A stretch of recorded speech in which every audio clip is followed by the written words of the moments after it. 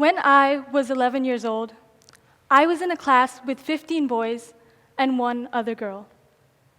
Needless to say, I had to suffer the "girls go to Jupiter to get more stupider" jokes on a daily basis. At this time, I looked to feminism to help me feel inspired, accepted, and seen. Fast forward a year to when I'm 12 years old and I'm beginning to question my sexuality. With no one to guide me, I turned to LGBT activists to help me feel inspired, accepted, and seen.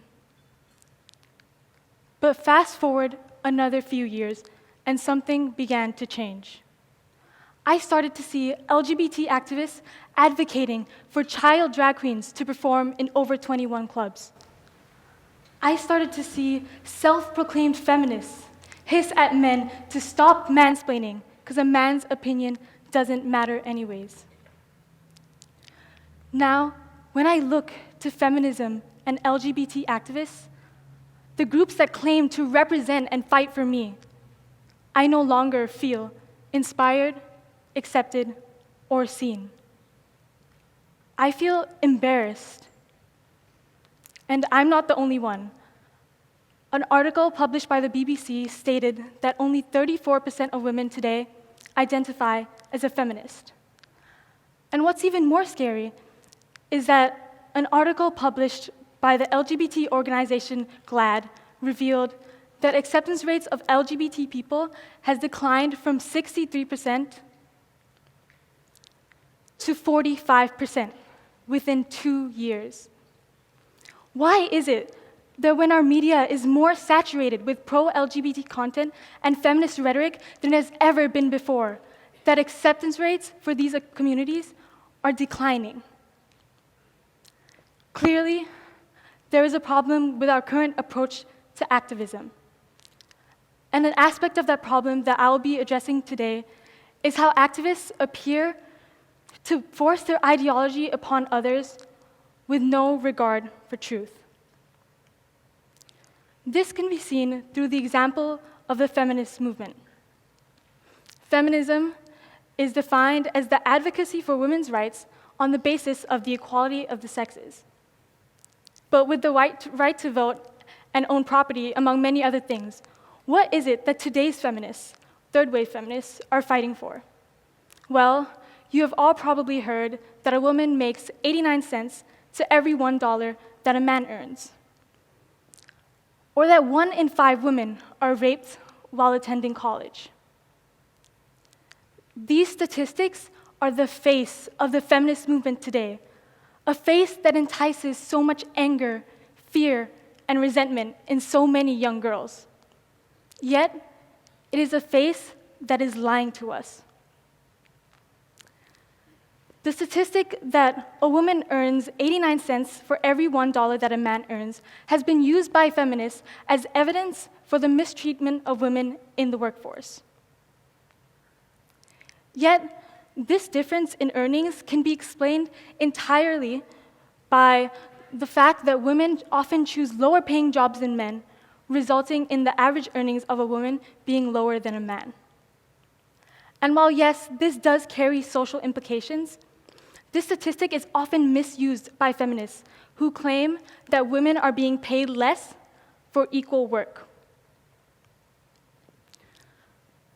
The statistic that 1 in 5 women are raped while attending college campuses has been echoed by influential figures like Joe Biden and Barack Obama.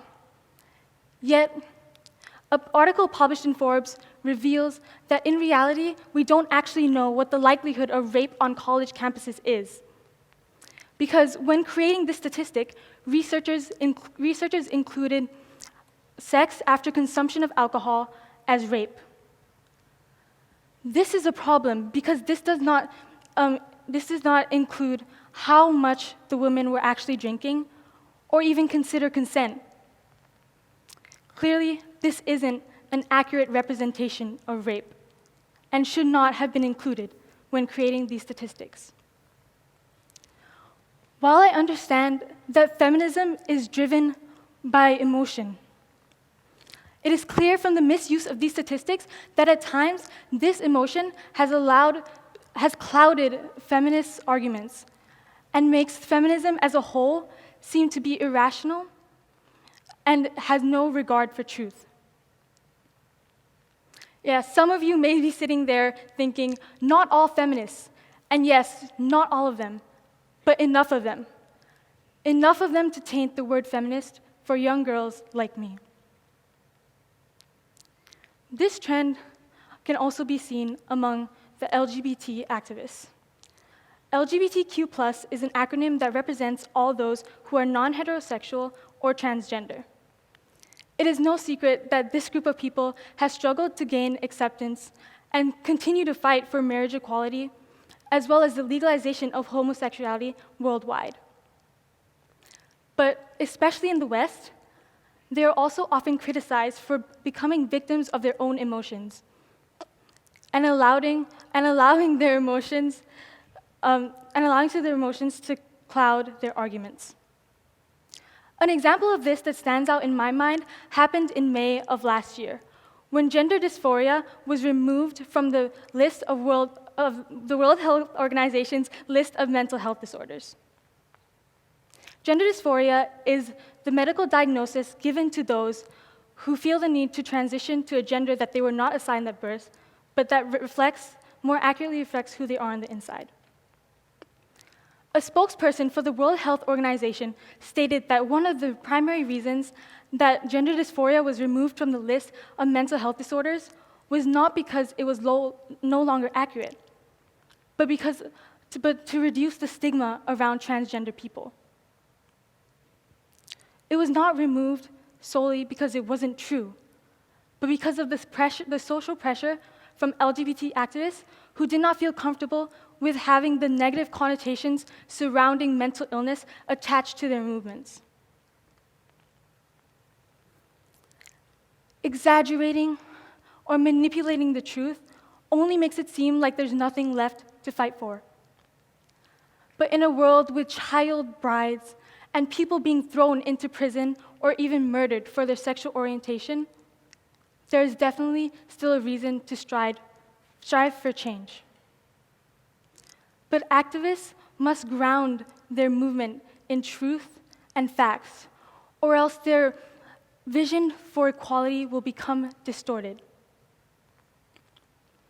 Now, I speak directly to you, those of you who identify with these movements. We want the same thing. We want to live in a world where a boy can tell his parents that he has a boyfriend and not be afraid.